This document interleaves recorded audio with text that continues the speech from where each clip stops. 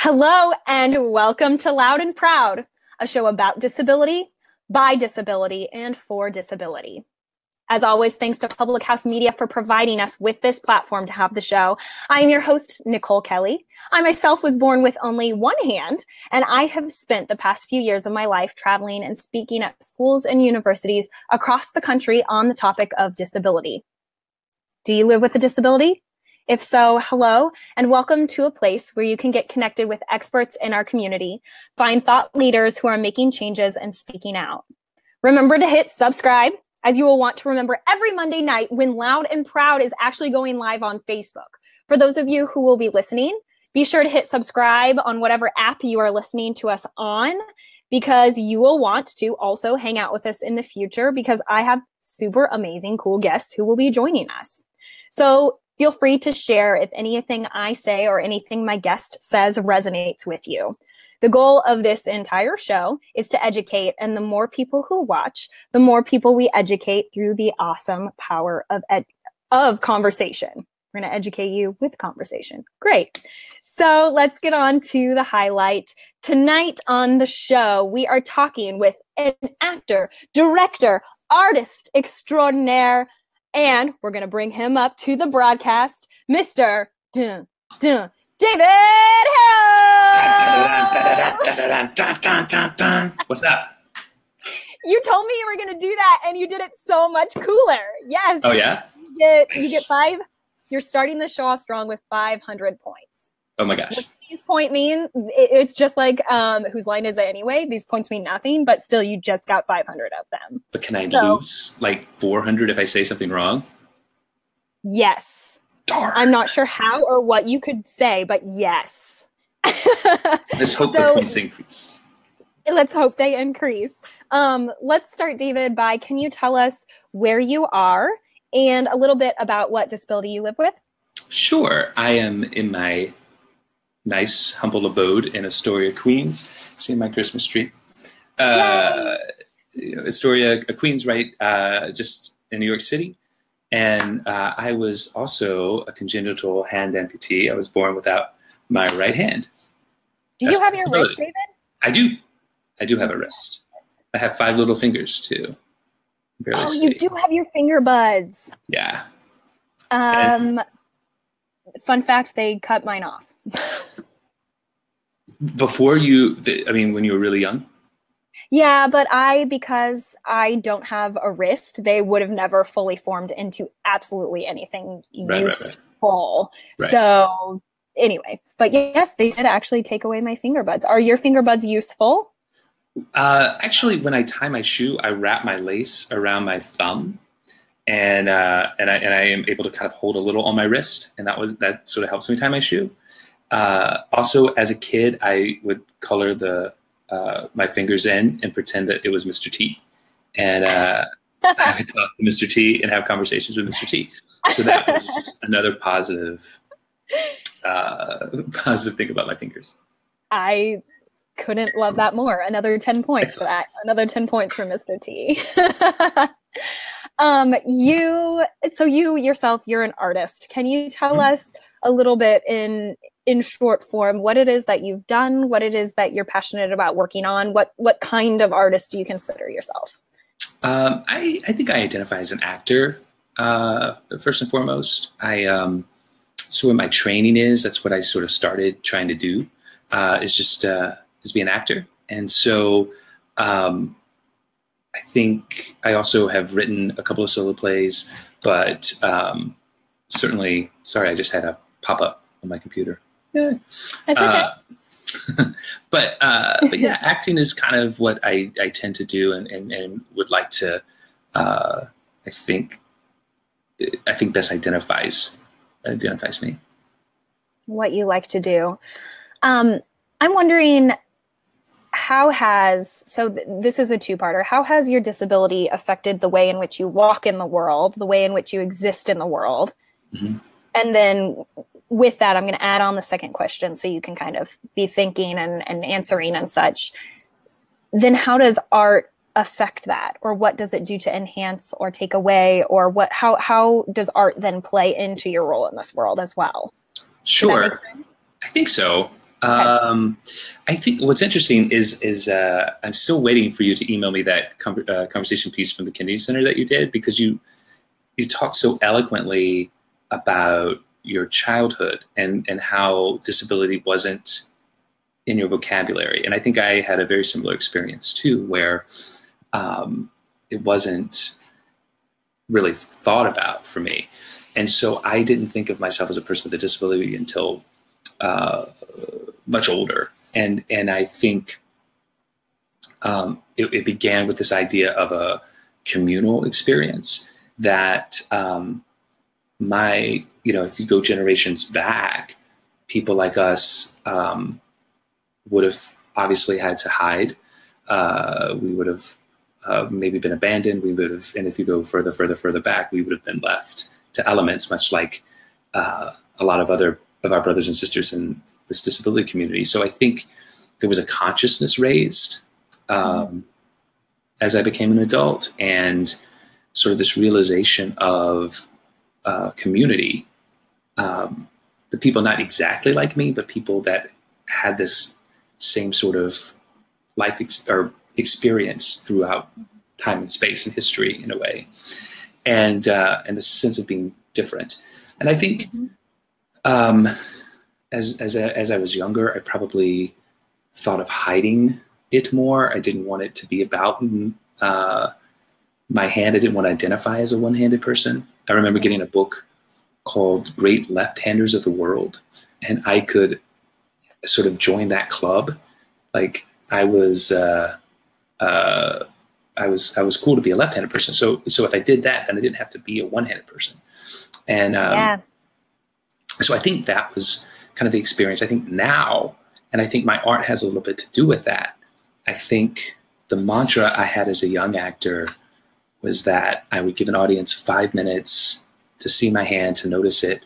And then it was my job to do something or to be something so much more interesting that they forgot about it, you know? But I always put the onus on me that it was my job to make you forget. And now I've changed that to, I don't want you to forget about it. I just want it to exist. Yeah. It's got to be just part of the tapestry. But so now my goal is, as an actor, it's my job to transcend in some way, that you see an inner humanity outside of physical difference. And so therefore you connect on a more human level. And if I'm able to do that, then that is sort of my job as an actor and as an artist, is to remind us of our shared humanity. Does that sound keep popping up, my little bing for emails? No, I'm not hearing it anyway. Good. Not as though I'm popular. No, that was so beautifully said. And I am losing 400 points for never have sending you that post tonight. So I am by far losing here. It's not a competition. Yeah. I mean, but is it? I don't know. But you're winning. Thumb results. Yeah, no, I think that's eloquently said. And what really caught me about what you said specifically was in being an actor, letting the audience observe, letting them see, and then finding something that makes you so much more interesting.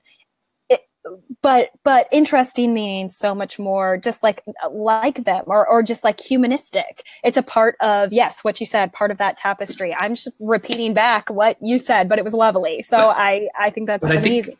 But it's also a challenge because right now we don't see that, you know? I mean, if we see disability in really any aspect of media, and you talk about this all the time too, it tends to be a sense of inspiration. It seems to be about, oh, look at this, you know, what, I mean, in most press that's done, I think probably very similar to you. It was always, wow, this kid is a quarterback on his high school football team, despite the fact of having one hand, or this guy was in a high school musical, or this guy did this, or this guy is, you know, doing this in spite of.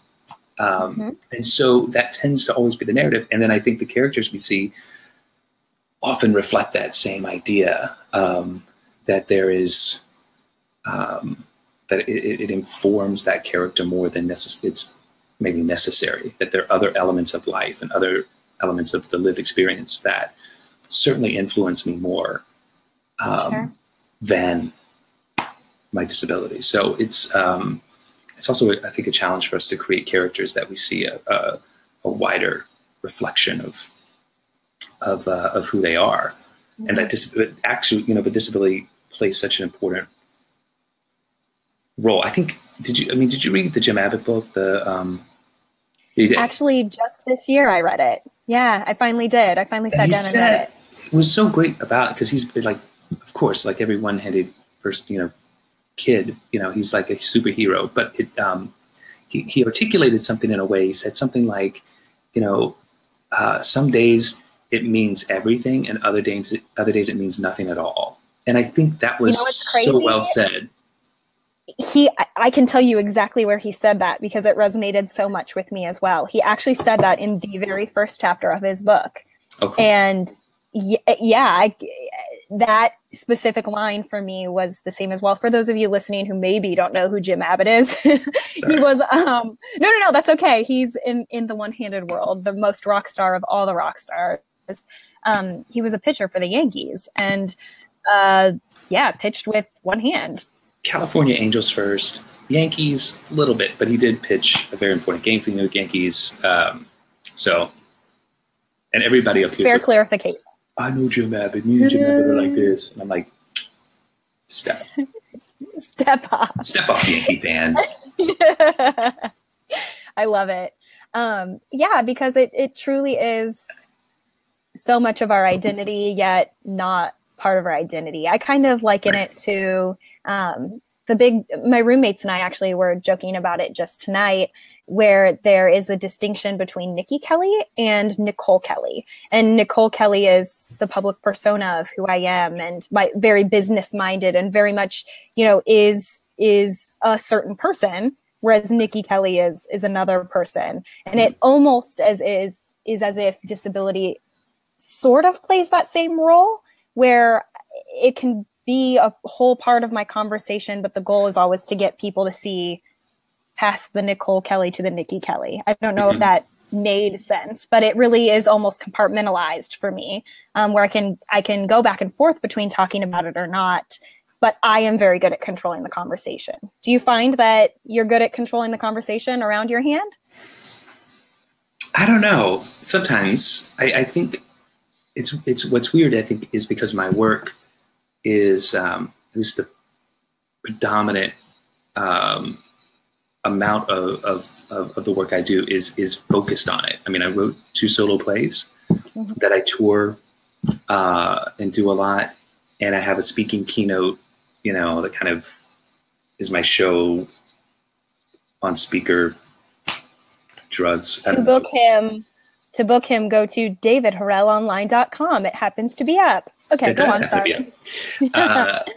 And so because it's there most of the time, it's hard to try to control it. I think because I have a certain voice and ability to try to control that narrative, at least in the show, it works. But I still feel like if people write about it, people talk about it, it's like David Harrell, who was born without his hand, blah, blah, blah, blah, blah. But the nature of those shows is about my lived experience. And so that is part of my lived experience. Does that make sense? It absolutely does. Yeah. And I love that. I feel like the difference between those who have kind of come to terms with that word disability and joining the disability community proudly is when they talk like we're talking, there's a piece that I feel like we've found where we understand that it's a part of it and that it's part of our job and our duty is to talk about it, but it doesn't. Right. Yeah. Well, I think there's a sense of, I think it's pride too. And I think that's sort of kind of what came out of the thing I haven't read again because you haven't sent it to me. Minus 400 points again. I'm now negative 800. But I think, and I started thinking about that too. I started thinking about this idea of like, because it's not a perfect word, I think, and there's so many, I think the immediate thought, especially to people who don't have disabilities, or especially to parents who may have a child, and I think I see this sometimes a lot in limb difference communities too. It's, my kid's not disabled. My kid's not, my kid does amazing things. You see what my kid does. My kid is fantastic, and all these, and I absolutely understand that your kid is amazing and fantastic and has unlimited potential.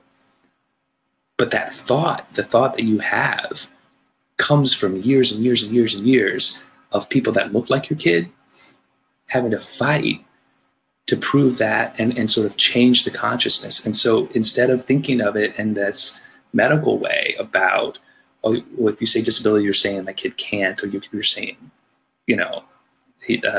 there's something medically wrong, that you look that broader social model. And there's so many more conversations we could have about that. But I think it just made sense to me that it's trying to, educate yourself a little bit about what that history really is, and how, because of that history, you're able to see that potential in your kid. You're able to see that, and that kid is able to really sort of believe, like, holy crap, the things that I'm doing, the way that I'm adapting, the way I'm navigating the world is actually right, and it's actually moving me forward. And there are people who've come before me that have opened up that idea.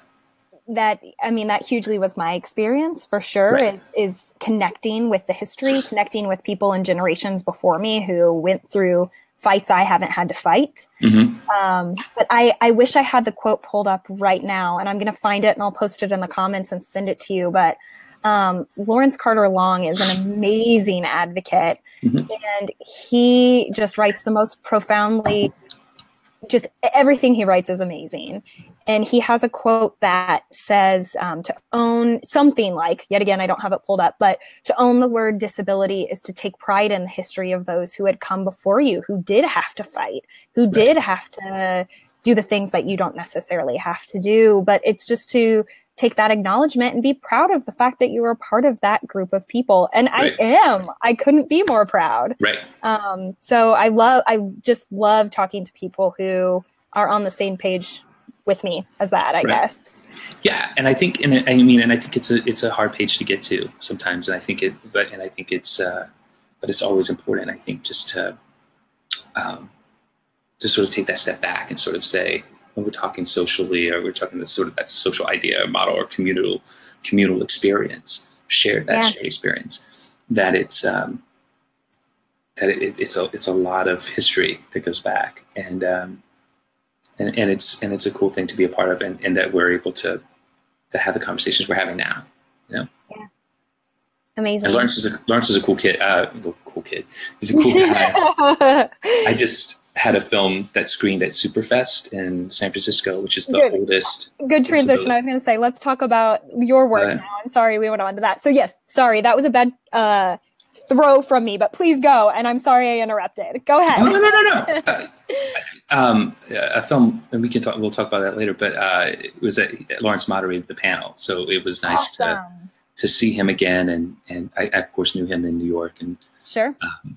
But yeah, he's a very smart guy, and I like the work he's doing. He's doing important work. Agreed. Yeah. So tell us what you're working on. What do you like to do? Tell us about the Easter Seals Disability Challenge. I know that's important in your life, and you've done some cool things there. Tell us what you're up to. Sure. There's a very cool thing called the Easter Seals Disability Film Challenge, and it's started by a guy named Nick Novicki. He's a friend of mine. He's a little person. He's an actor, comedian in Los Angeles. And he thought, like, what are ways that we can put more disability-themed content in the world? And so he created this short film festival. So it's a challenge in that you have to make a short film in 48 hours. So, cool. You get your crew together and your actors, and you film it, you edit it, and it's done. And they have some really cool prizes and some really cool people that you get to meet in the industry. And it's also just a place to kind of have fun. So you don't have to be a professional necessarily to do it. You can make it with an iPhone. You can just get some group of friends together that, you come up with a great story. You want to tell a story or want to create a story.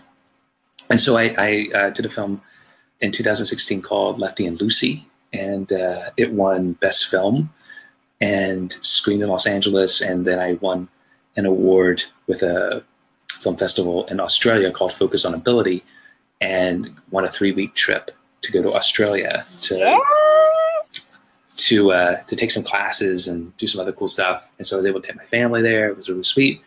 And then this past year, 2017, I won Best Filmmaker, not myself, my director who I brought in.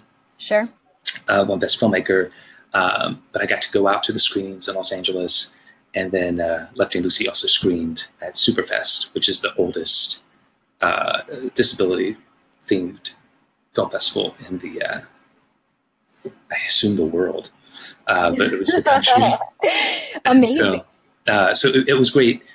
Superfest was great too, because there's so many, like, it takes place like at UC Berkeley, or, you know, like where a lot of disability studies and a lot of that stuff is really kind of developed.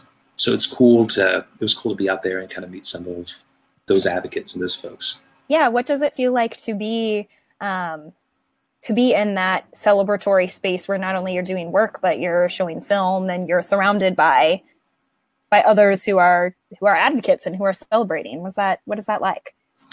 It was cool. I think it was cool to celebrate. I think authentic stories. I think I'd love to continue to see more disability, authentic disability portrayals in narrative films. It seems like right now we just see a lot of documentaries mostly, which are important. I think those stories are important to tell. But I think as artists and actors and professionals, we can continue to do better to try to create that content and put out, our stories in ways that we want to see them told, and hopefully find a niche and find an audience and find ways to kind of move and grow them. I'm all about it. Sense. It absolutely does. Thank you again for the work that you do. A reminder, if you're out there and you have a kiddo who is looking for some sort of program to run, David has got your back. David can come and do what are the titles of yours? I know I'll try to say it and I'll say it wrong, so I don't want to say it wrong. Tell them the show titles. Yeah, when you go into schools. Oh, right. I've got my 2 solo shows that I do. I have one called Little Potato and Hard to Peel, which is based off a story my grandfather used to tell me. And then the second one is called The Boy Who Would Be Captain Hook. And it sort of focuses on a sort of fictional account of my experience in the playgrounds. I wore a prosthetic hook until I was in 5th grade. And so whenever I met new kids or kind of,